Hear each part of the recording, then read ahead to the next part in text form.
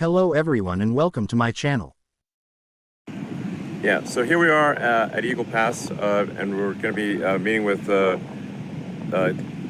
sort of major officials and law enforcement are responsible for the border, and just hear it directly from them and see exactly what's going on for yourself. So with that, let's. Yeah. Yes, I'm Tony Gonzales. I'm a local congressman here in the district. My district is 823 miles of the southern border, places like Eagle Pass, El Paso, Uvalde, Del Rio. We've been at the epicenter of this border crisis. What I really like to share is a lot of my sheriffs and local elected officials are being forgotten. Their stories aren't getting out. Some stories are, but a lot of stories aren't. The first person I'd like to hear from is Randy Brown, who is the sheriff of Medina County. It's about an hour away from, about 100 miles away from here. And Randy's behind us now. You want to come over here, Randy? And just the question I have is what's happening in your county? This is 100 miles away. And just imagine, like you're just talking to America here, and people just want to understand exactly what's going on, but assume that people do not know what's going on. Well, you got to go back some time, and whenever the open border policies from the White House kind of got thrown out there, we've been overrun. How long ago was that? Cool. What year was that? 2 years ago. 2 years We're on ago. our third year. We've been battling it for 2 years, and okay. Change. So you're saying there's been an open border policy essentially for the past 2 years? it was an invitation. An invitation. That's how I read it. That's how Okay. it was told from the White House. So Okay.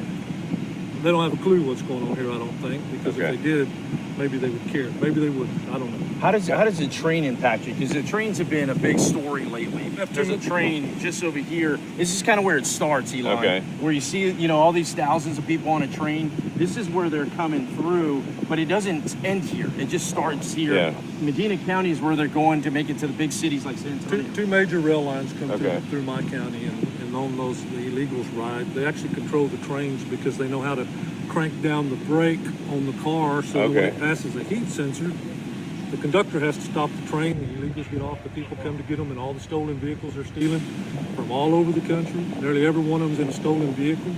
Okay. So then we get involved, and then they're trespassing on private property. Okay. And when you do get behind one of them, they run through fences, they run over equipment. Irrigation stuff is important to the farmers. They run over their equipment, they tear it up.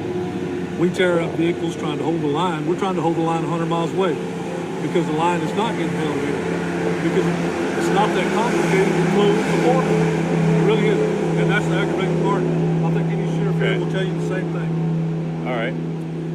Well, and just again, just assume that this is really just for the general public, and so we want to just frame the situation because not everyone knows like the magnitude and is this normal or is it like so just if you could just frame the situation for the general public, that would be helpful. What terrifies me the most is we're seeing historic numbers, 11,000 people coming over daily for the past week. Here in Eagle Pass alone, 2,500 people, over 5,000 people in detention. But what worries me the most is this, in many cases, feels normal. The part that doesn't make it out on some of the news stuff is there is a golf course. We're literally standing in front of a golf course, and you have people playing golf as if it is normal. To the right, you have people that are coming over illegally. I mean, it is upside down. And like Elon said earlier, I believe in legal immigration. I think legal immigration is important. And what happens is when you grant people that have come over illegally these different opportunities, you completely undermine the legal system. I think like the stuff we were talking about in the car, the magnitude of the situation. The magnitude of it, yeah. So it's like the fact that we are seeing all-time highs in illegal processing, that ramp is increasing. Yes. So these are really important points because the public isn't. I think it's not necessarily clear to the public. Is this normal or are we seeing an accelerating crisis? It's not getting better. It's getting worse. Last Friday a week ago was a historic number, 11,000 people that came over. Okay. And then on Monday, that number increased. Today is Thursday, and that number increased. We're only going in the wrong direction. This is a week. What happens 2 weeks from now? It's the wrong way. Okay. So basically, we're seeing unprecedented, all-time highs, Yes. and increasing. And spreading. Yes. It's not in just one area. It's not just like it's just one city or one Yes. town, and not even one state anymore. You know, it's not, we're talking about New York today, but Chicago, you're hearing it there, LA, Denver. There's all these other places where it's just spreading, just continues to get Okay. bubbling up. And just to quantify it, I think you said 2,000 a day or something, just in this location. Just here, yeah, just here. So that's about- like over 700,000 a year. just in this one location, yeah. Okay, just 700,000 sort of illegal immigrants a year, just in this one location. Just in this one location. Okay. El Paso, right now in El Paso. Just yeah, that's higher than the population of Wyoming, FYI. Exactly. Yeah. Yes. Yeah. Yeah. Okay, and that's just one location. What is the total number from all locations roughly per In the year? millions. I mean, it's So literally millions. millions, and those are just the folks that we know have engaged. What Okay, about so all the others? That's just who was actually processed. Yes, the gotaways are the ones that you know. Yeah, so meaning that like the actual number is much higher. Much higher. Okay, that's very important for people to know. Yeah. That the actual number is much higher. Is the official number something like 2 million or something? Where is it? It varies, and it depends on who you ask. But Okay. I've seen it as high as 2.6 million, and that number just every year for the past 3 years has almost doubled.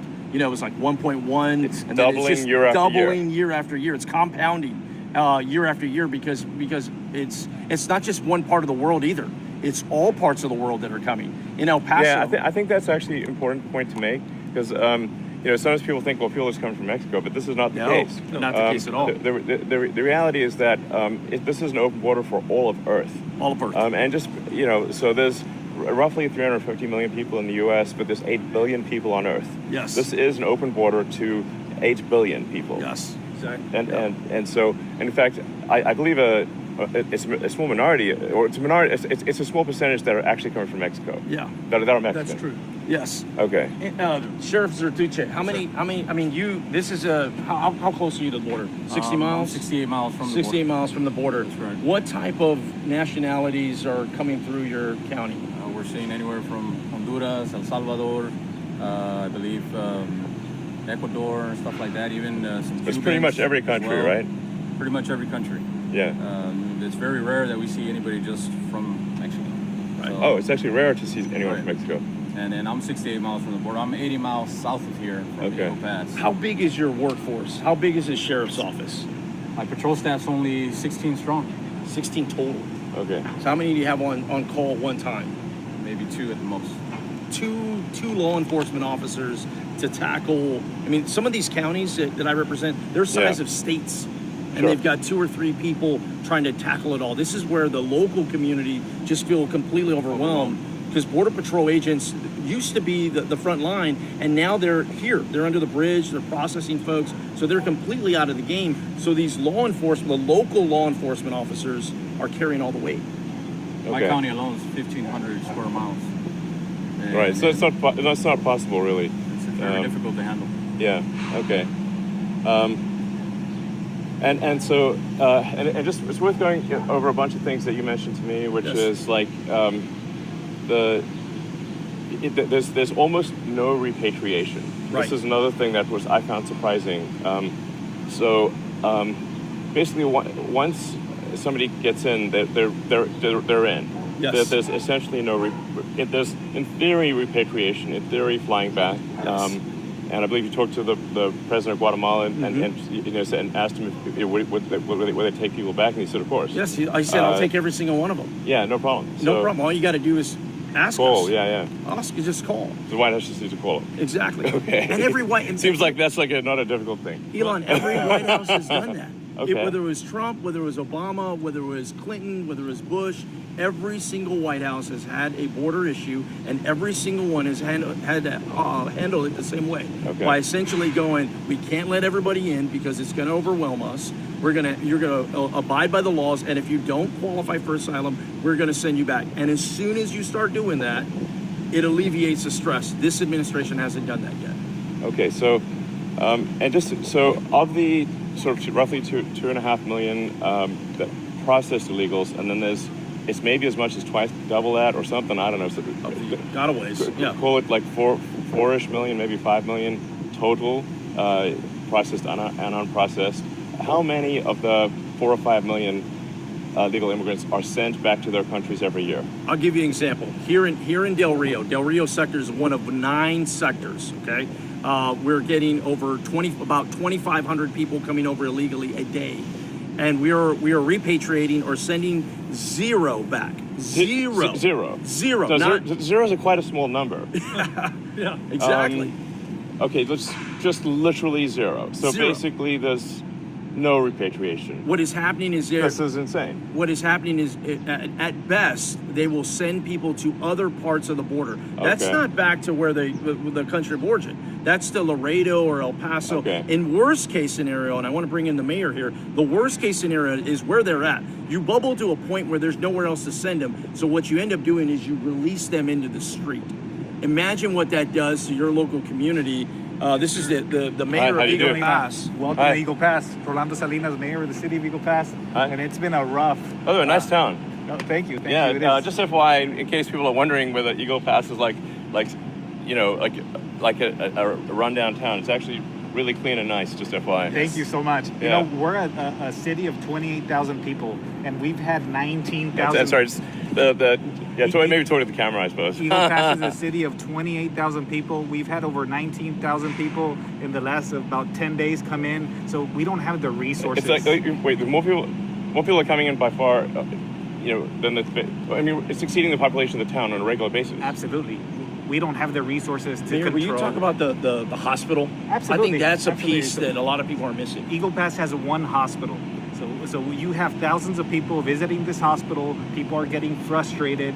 The safety's taking a toll. People can't get medical care, our local constituents, because they're treating people that are coming in from other countries. It's just, There's only so many doctors. there's only so many doctors, only so much we could do. The thing is, they're coming in without consequence, and the word gets out back to their countries. Hey, come to the U.S., come through Eagle Pass, come one, come all kind of situation. And it's disappointing that we don't have a reform where we can solve this issue. The other thing about this too, Elon, is it should not be a partisan issue. I get it. The politics in it are lucrative. Exactly. There's certainly a temptation to make it a partisan issue. 100%. Yeah. But this is across the board. I don't care if you're a D or an R, if you vote, don't vote, Yeah. urban America, rural America, everybody's impacted the same way. When the crisis hits your town, it's like a hurricane. When a hurricane hits you, everybody gets washed out. Sure. And it's no different. So I think there's an opportunity here if we can message it in a manner of, this is about solutions. Hey, I get the finger pointing. It's easy to say why we got here.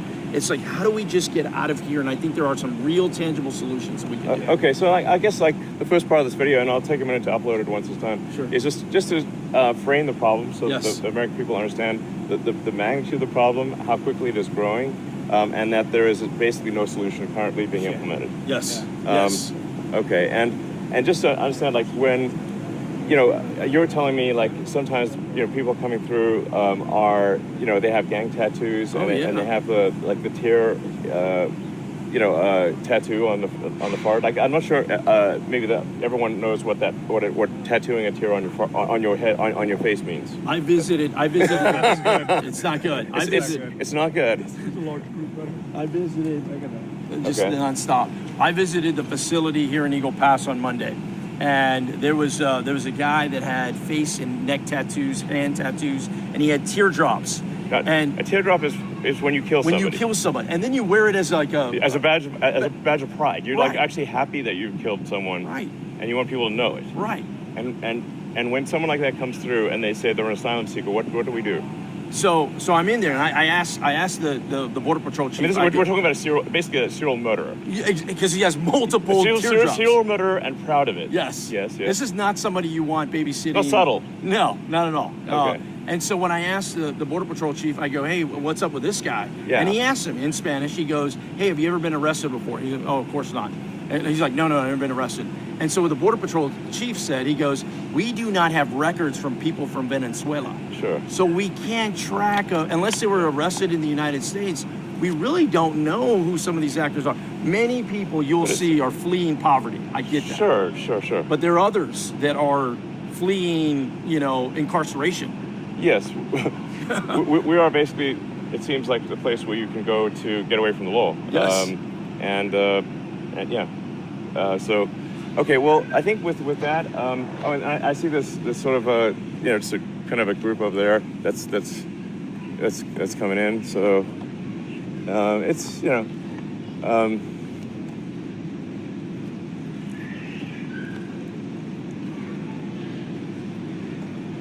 so this sort of I don't know if you could really see it. I'll try to switch it around.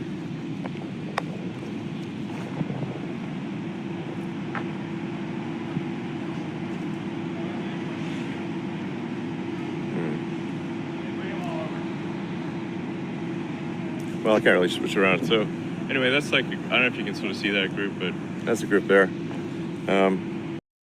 Thank you for watching, and as always, have a wonderful day.